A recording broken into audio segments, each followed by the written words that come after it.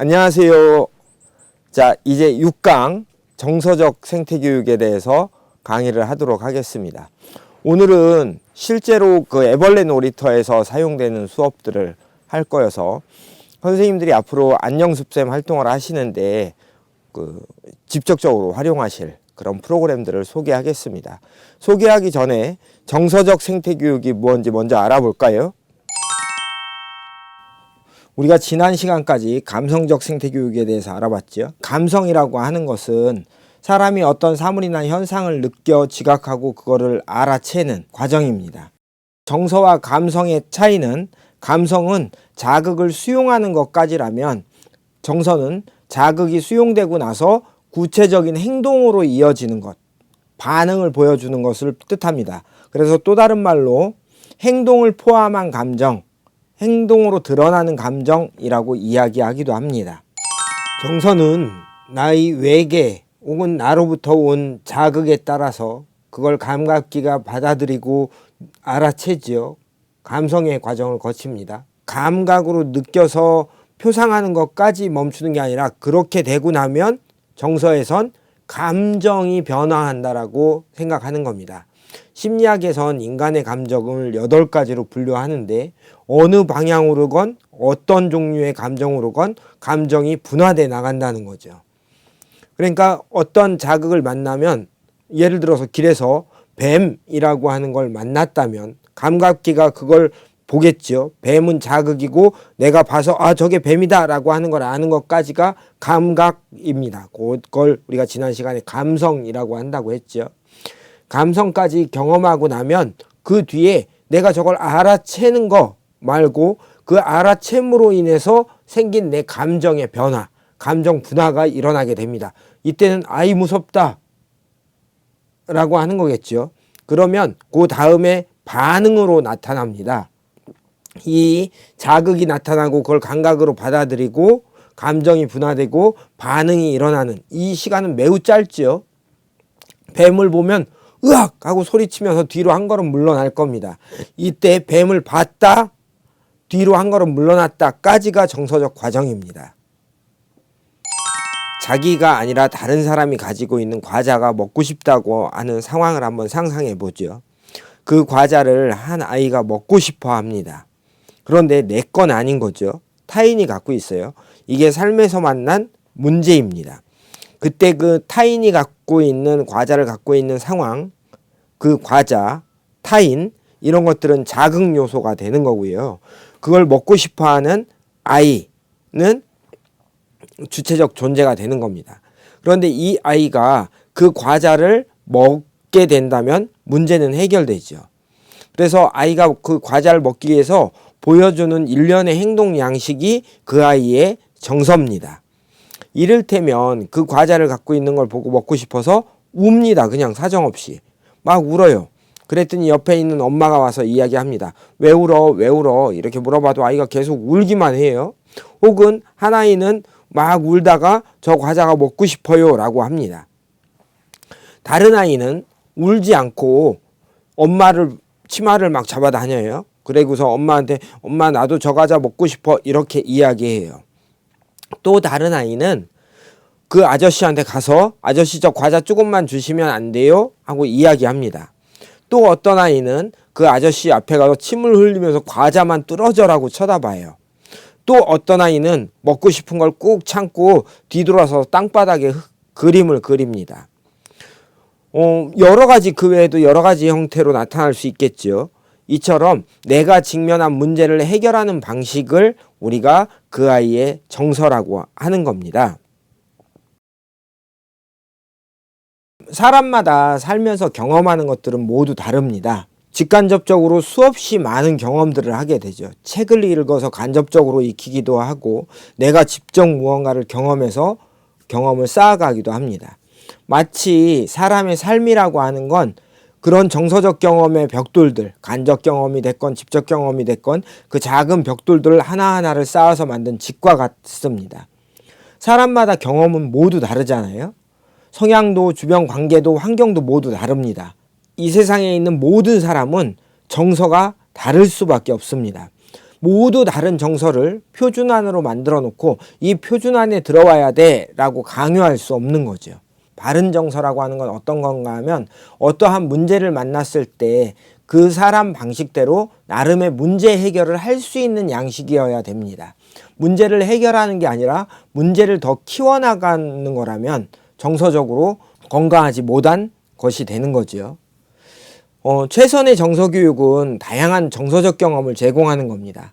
정서는 자극에 대한 바른 반응 양식이라고 말했잖아요. 각 연령마다 발달에 맞는 다양한 자극을 만나도록 해서 아이들이 그 과정 안에 실패하기도 하고 혹은 성취하기도 하고 슬픔을 느껴보기도 하고 때로는 다른 이의 슬픔을 위로하기도 합니다. 그런 경험들이 쌓이고 사랑하고 미워하고 괴로워하고 여러 가지 경험들이 쌓이고 쌓여서 그 사람을 이루게 되고 그때 쌓은 경험들이 삶의 문제를 해결하는 성취의 경험이 되도록 해주는 게 필요한 거죠. 정서라고 하는 건 사실 그 전 과정에 걸쳐서 나타날 수밖에 없습니다. 유아 시기에 특히 익혔던 다양한 정서적 경험들이 살아가면서 보편적인 문제를 만났을 때 그 문제를 해결하기 위한 방안으로 나오겠죠. 그래서 애벌레 놀이터에선 모든 프로그램의 정서적인 것들을 쌓아가는 걸 목표로 하지만 특별히 3주차 활동은 정서적 활동이라고 하는 이름을 붙여서 진행되도록 구성해 놓았습니다. 오늘은 만 3세 옐로우 봄 1부터 그 정서적 활동 3주차에 시행되는 정서적 활동을 차례차례 소개해 드리도록 하겠습니다. 만 3세부터 쭉 한번 살펴보고 만 4세 살펴보고 만 5세 살펴보는 형태로 영상을 소개해 드리려고 합니다.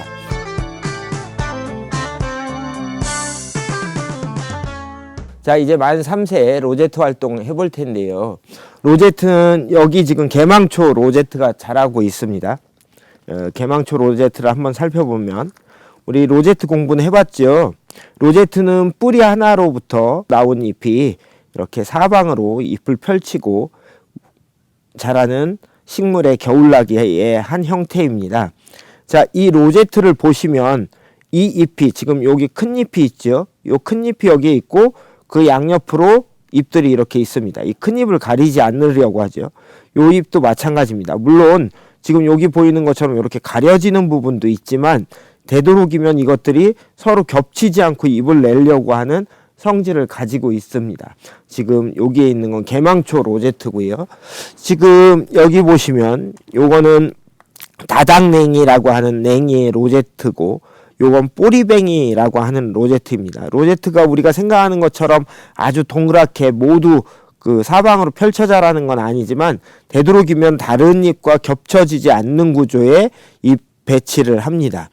이걸 가지고 아이들한테 정서적으로 어떻게 적용하려고 하는 건가 하면 지금 여기에 있는 이걸 한 사람으로 본다면 다른 사람이 그 사람을 가리는 게 아니라 얘가 살아가는데 무리가 없죠. 이렇게 덮어도. 그런데 얘가 이 잎을 비껴서 나면 이 로제트 전체에겐 즉 사람 개인으로 치자면 사회나 한 조직이 되겠죠. 그 조직에겐 의미 있는 자기 자리가 됩니다. 이 잎도 나와 상관없는 게 아니라 관계 맺고 있는 구조인 거죠. 유의미한 하나의 잎으로 보는 겁니다. 존재로. 유의미한 존재로서의 타자, 유의미한 존재로서의 납니다. 내 위치를 이렇게 가지면 타자를 억압하게 되는데 그걸 비껴나니까 타자를 존중하게 되고 그 타자, 존중받은 타자가 나와 연결된 곳에 양분을 보내게 돼서 서로 관계를 맺고 산다라고 하는 것들을 전달하는 수업을 아이들한테 말로 설명하는 게 아니라 같이 활동하면서 활동을 통해서 아이들이 몸으로 경험해 보도록 하는 활동입니다.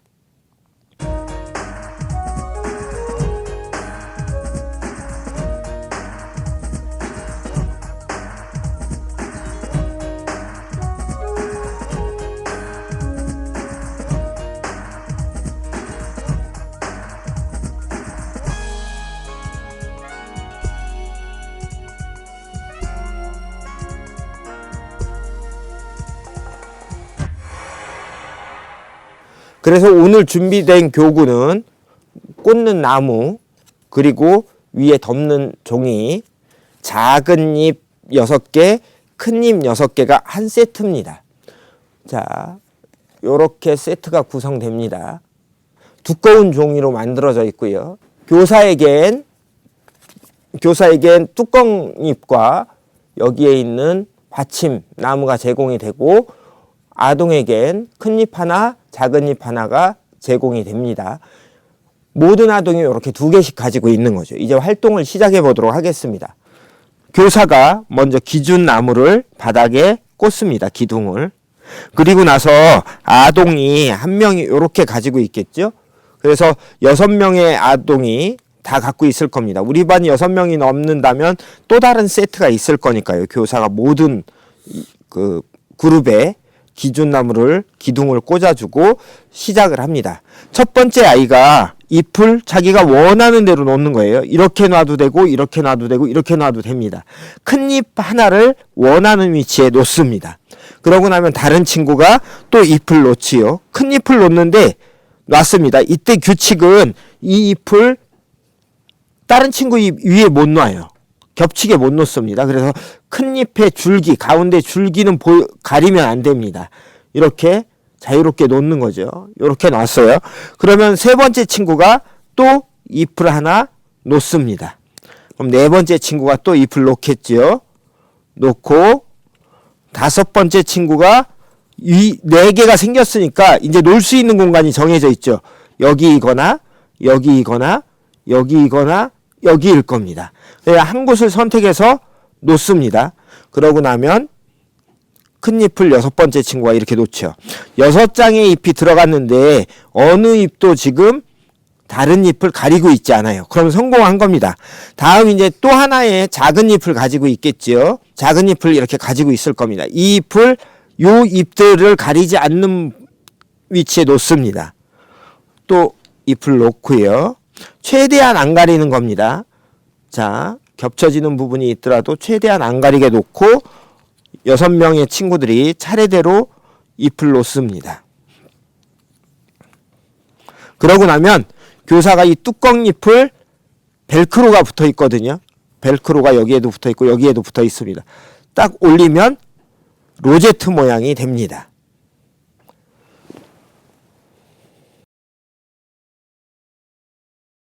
한 번 더 해보겠습니다.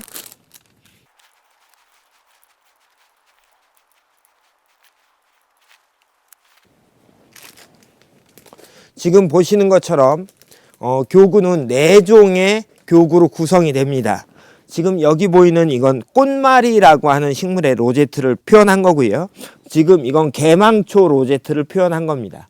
민들레 로제트를 표현한 거고, 이건 달맞이꽃 로제트를 표현한 거예요.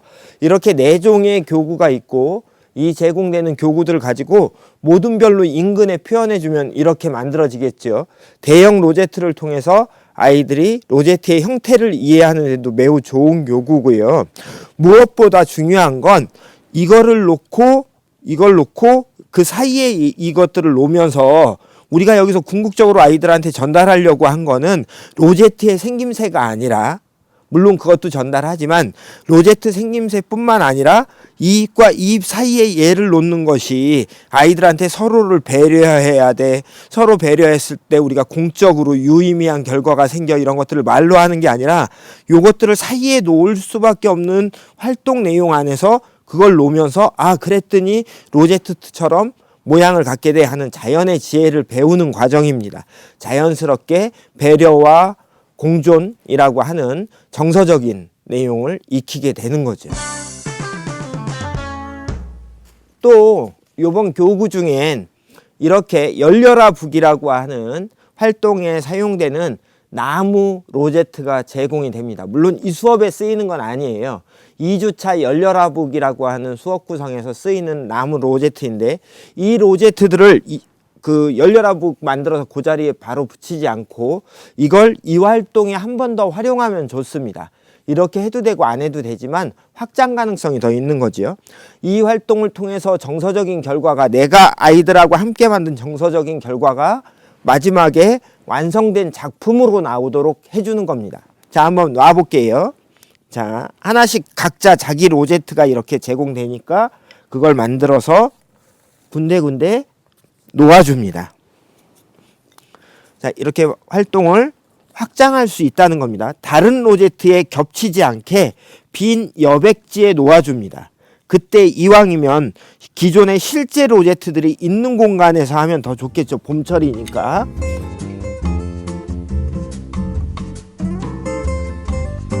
다른 친구가 놓은 로제트와 겹치지 않게 놓는 겁니다. 어떤 의미를 갖나 하면 방금 전 로제트 하나에서 이 잎과 이 잎에 덮이지 않는 자리에 내가 꽂았잖아요. 이 작은 로제트 하나에서 일어났던 일이 전체 땅이라고 하는 면적 안에서도 동일하게 일어나게 되는 겁니다. 주체성과 관계성을 표현해주는 미술놀이로까지 확장을 해주는 거죠.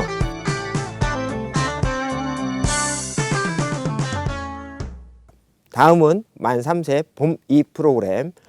봄 2에선 꽃에 대해서 아이들이 접근을 하는데요. 꽃보다는 꽃을 찾아가는 벌을 중심으로 우리가 활동을 할 겁니다. 그래서 제공되는 정서놀이 교구는 이 벌과 막대기입니다. 이 벌은 아이들이 벌로 감정이입해서 꽃을 정서적으로 찾아가는 과정이에요. 자, 우리가 여기에서 이제 전달하려고 하는 것은 벌이 꽃을 찾아간다 라고 하는 과정을 통해서 아이들이 벌의 입장에서 생각해 보는 것, 즉 내가 아닌 타자의 입장에서 사물들을 바라보고 접근해 가는 것들을 하는 겁니다. 자, 이렇게 생긴 종이벌이 있고요. 이 종이벌처럼 감정이입하는 정서놀이가 모든 연령에 들어가 있습니다. 만 4세 같은 경우엔 지금 여기 보이는 나비가 있습니다. 이런 마찬가지 막대기와 그 줄과 종이나비가 제공이 되고요. 벌은 우리가 지금 여기 보이는 것처럼 실내에서 색연필로 채색을, 이렇게 색연필이나 사인펜 가지고 채색을 해도 좋습니다. 자, 이렇게 채색을 할 거고요. 애벌레 놀이터에서 많이 제시하는 또 다른 채색 방법 하나 알려드리려고 합니다. 지금은 이제 겨울이어서 꽃이 없으니까 이 풀들로 해볼 건데, 별꽃이라고 하는 풀입니다. 지금 이건 이 별꽃으로 한번 문질러서 채색을 해보려고 해요. 애벌레 놀이터에 있는 종이교구 같은 경우엔 이렇게 문질러서 표현하는 작업들을 흔히 기본적으로 많이 사용하니까요. 나중에 그렇게 선생님들이 다른 교구라도 종이로 된 건 이렇게 채색해도 되겠구나 라고 생각하시면 됩니다. 지금 보시는 것처럼 별꽃잎을 문질렀더니 초록색 날개가 되었죠. 이 막대기는 손잡이 막대기입니다. 이 손잡이 막대기를 써도 고무줄을 써도 되는데 손잡이 막대기로 한번 해볼게요. 손잡이 막대기에 떼어내고 벌의 앞쪽에 이렇게 뒷면에 붙여줍니다. 그러면 벌이 되죠. 벌이 날아갑니다. 지금 보시는 것처럼 이 벌에는 더듬이가 없습니다. 그리고 교구로 제공되지도 않아요. 벌의 더듬이는 기절이 있어서 그 벌목 곤충들은 기절이 길고 그거 꺾이죠, 더듬이가. 그래서 그런 것들을 표현해서 벌을 완성해 주고 싶다면 테이프를 붙이고 이것처럼 꽃철사나 빵끈을 붙인 다음 더듬이를 표현해 줘도 좋습니다. 기절이 있고 꺾인 더듬이를 이렇게 표현해 줘도 좋습니다. 그러면 이렇게 벌이 되겠죠. 그래서 이렇게 더듬이를 표현해서 사용해도 됩니다. 이제 꽃을 찾으러 가면 됩니다. 자, 꽃 찾으러 가볼까요? 꽃이 없어. 아직 추운 겨울이라 꽃이 없나 봐. 와 이건 뭐지? 억새네. 어떤 느낌이지? 자, 손으로 만져볼까요? 지난 시간에 했던 감각놀이를 벌이라고 하는 곤충으로 감정이입해서 진행할 수 있습니다. 우리가 벌과 함께 산책하면서 아이들이 꽃을 찾아봐. 그러면 벌의 입장이 돼서 꽃을 찾아야 되니까 꽃이 더 보이겠죠. 그냥 막 산책하는 게 아니라 꽃이 보일 겁니다. 와, 꽃을 찾았어. 와, 빨리 따라와봐. 와, 꽃이 아니야. 붉은색 잎이네. 자, 이제 꽃을 찾아갈 겁니다. 와, 여기 이건 꽃인가? 와, 다당냉이 로제트였네요. 꽃처럼 색이 붉은. 와, 꽃이 아니었어. 꽃을 찾아가야 해. 자, 이렇게 아이들이 꽃을 찾아갑니다. 꽃이야. 와, 민들레 꽃이 피었네. 와, 꿀을 먹자. 와, 이 꽃은 무슨 색이에요? 자, 꽃을 만나면 그 꽃에 대해서 탐색을 하고 꿀 먹는 걸 흉내냅니다. 자, 이 과정에 우린 벌이 되어서 꽃을 찾아가면서 어떤 경험을 하는 건가 하면 꽃이 그냥 꽃이 아니라 벌에게는 매우 필요하고 벌 입장에서 보면 그 먹을거리를 제공해주는 그런 존재가 됩니다. 우리가 처음에 출발할 때 색칠을 하지 않고 출발을 해서 풀을 만나면 풀잎을 뜯어서 색칠하고 꽃을 만나면 꽃잎을 뜯어서 제가 사실은 살짝 몇 장만 뽑으려고 한 건데 똑 하고 끊어졌어요. 자, 꽃잎을 찾을 때마다 벌에게 이렇게 채색을 해줄 수도 있습니다.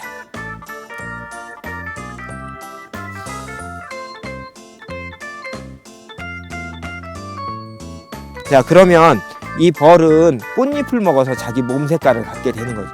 왜 꽃아 미안해, 내가 너를 홀랑 따버렸구나, 미안.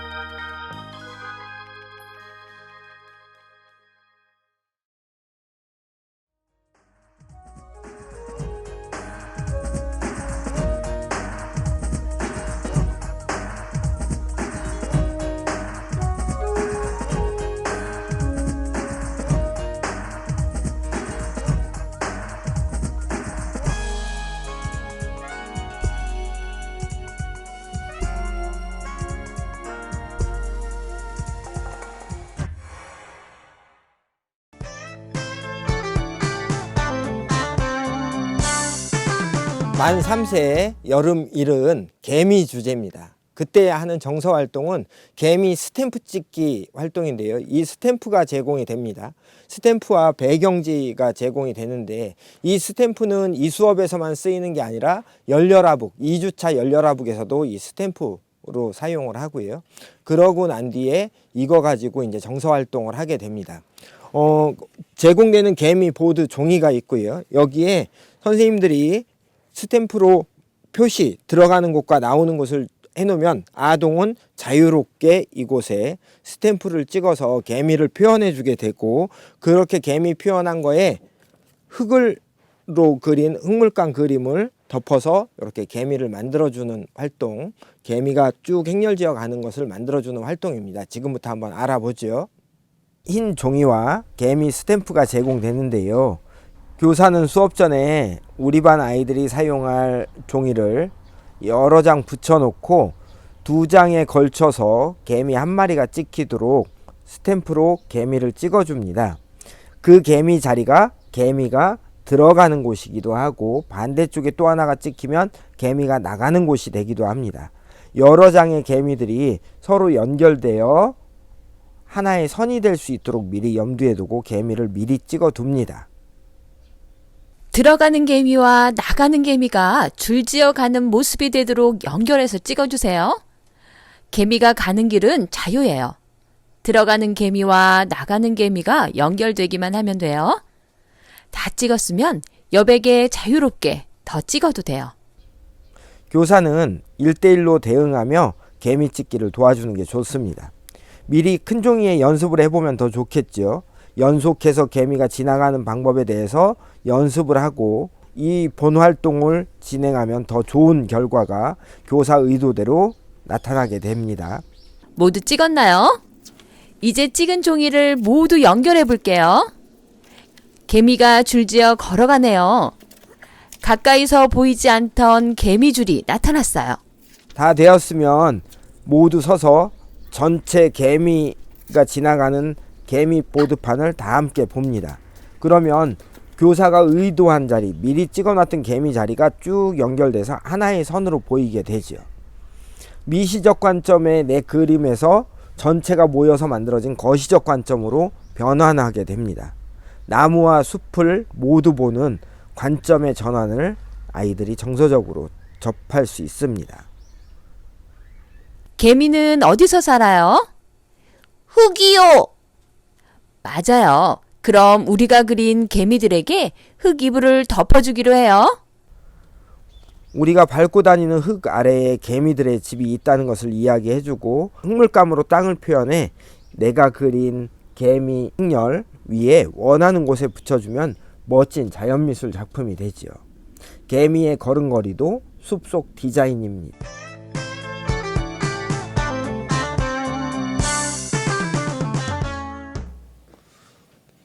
지금 밖에는 눈이 엄청 오고 있습니다. 눈 올 때 우리가 8월달 매미에 대해서 이야기하는 게 참 재밌네요. 매미 날개는 두 장으로 구성되어 있죠.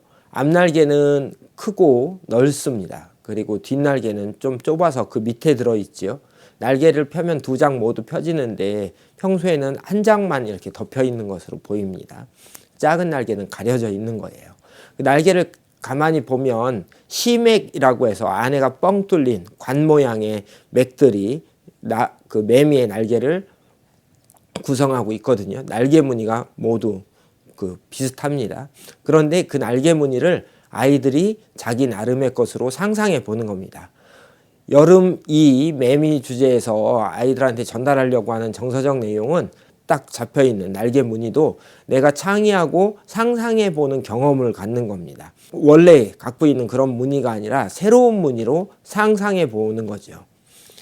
교재에 매미 그림이 그려져 있습니다. 매미 몸통이 있고 그 몸통 위에 이렇게 투명 플라스틱으로 생긴 날개를 붙여줄 거거든요. 그런데 이 날개에는 아무것도 없는 투명한 날개입니다. 이 투명한 날개에 아이들이 무늬를 그려주고 뒤집어서 그 뒷면에 채색을 해줍니다. 검은색 매직으로 주로 작업을 하는데요. 검은색 매직으로 앞면에 칠하고 그 위에 매직을 칠하면 앞에 칠했던 검은색 매직이 번지게 되겠죠. 그래서 무늬를 먼저 그려주고 뒤집어서 채색을 해줍니다. 이때 기존 매미 날개의 정보를 바탕으로 아이들이 다양한 매개 무늬를 상상해서 그리는 겁니다. 그래서 선생님은 두 가지 정보를 제공해 줄 필요가 있는데 첫 번째는 본래 매미의 날개 무늬입니다. 원래 매미 날개의 무늬를 제시해 주고 두 번째는 이미지 자료로 다양한 날개맥의 상상 무늬들을 제공해 줄 거거든요. 그런 것들을 참고해서 그걸 대구 그려도 좋고 아이들이 상상해서 그려도 좋습니다. 그래서 이 날개에 새로운 기존에 이 세상에 없는 새로운 날개 무늬를 만들어내는 게 이번 주제의 활동 내용입니다. 창의성이라고 하는 것도 아이들이 정서적으로 경험함으로 해서 기존에 있는 것이 아니라 창의를 통해서 지금까지 없었던 무언가를 만들어내는 경험을 해보도록 하는 게 이달 주제의 목표입니다. 다양한 날개 무늬가 나왔죠.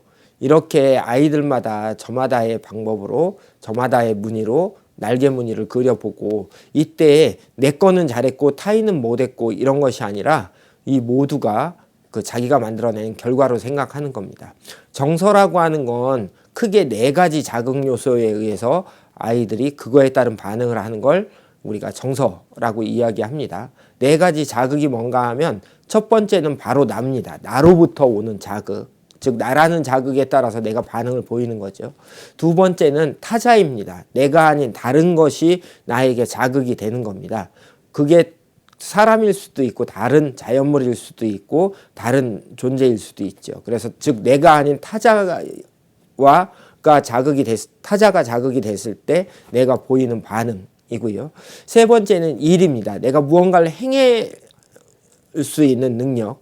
내가 무언가 일을 거부하지 않고 그 일을 적극적으로 해소해낼 수 있는, 즉 일이 자극이 되는 겁니다.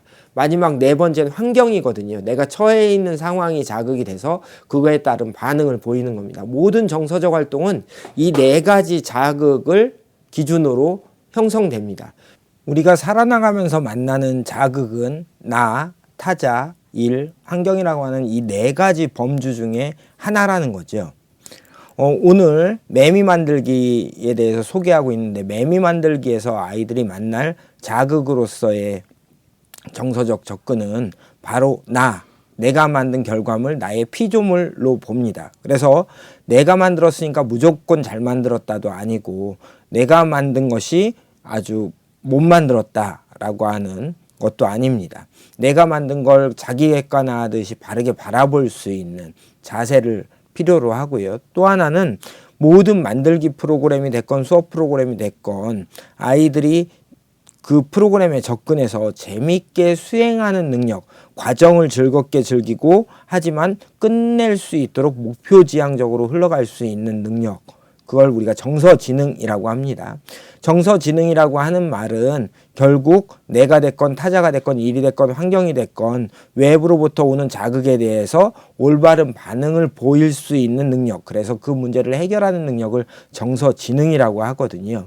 만들기 프로그램은 매우 지루해야 하고 뛰어노는 것만 좋아한다 라고 하는 것도 문제인 거고요. 정서적으로 건강한 정서는 아닌 거죠. 내가 만든 걸 못 만들었어 라고 생각하는 것도 문제인 겁니다. 혹은 내가 만들었으니까 무조건 잘했어 라고 하는 것도 문제인 거죠. 그래서 이 활동을 통해선 각자가 만든 피조물을 있는 그대로 봐주고 그것이 그냥 내가 만들었기 때문에 의미 있는 것이라고 하는 인식 하나하고, 그것들이 모여서 그걸 만들기 시작해서 끝내는 지점까지 아이가 목표지향적으로 꾸준히 작업을 마칠 수 있는 경험을 쌓아주는 거가 큰 의미를 갖습니다. 무엇보다 이 활동에서 중심이 되는 정서적 경험은 내가 창의적으로 없었던 걸 상상해서 새롭게 만들어내도 된다라고 하는 것들에 대한 열림인 거죠. 책에 있는 매미 몸통에 내가 어떤 모양의 날개를 그렸더라도 거기에 올려놓는 순간 매미가 됩니다. 왜냐하면 몸이라고 하는 거에 날개를 붙이니까요. 그래서 내가 이걸 잘했어 못했어가 아니라 내가 한 결과물이 그 매미 몸통에 붙으면 딱 완성된 매미가 되기 때문에 그것이 잘했다 못했다가 아니라 내가 한 것이 있는 그대로 의미 있는 게 되는 거고, 끝냈더니 다 같이 성취해보는 경험이 쌓이겠죠. 이런 경험이 쌓이면 그 아이는 목표지향적으로 발전하게 됩니다.